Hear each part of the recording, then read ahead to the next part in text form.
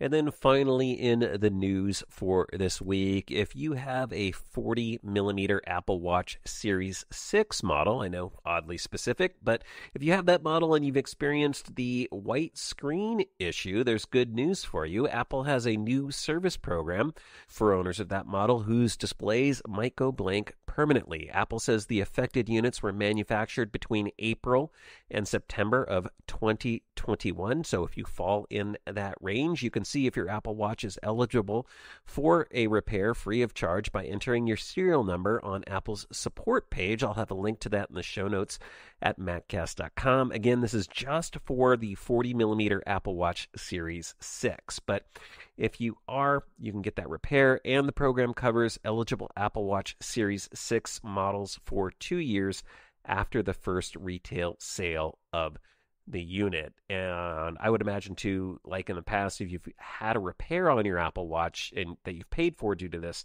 you probably can get a reimbursement as well. So you're going to want to check that out on Apple's website. And again, I'll have a link to it in the show notes at maccast.com.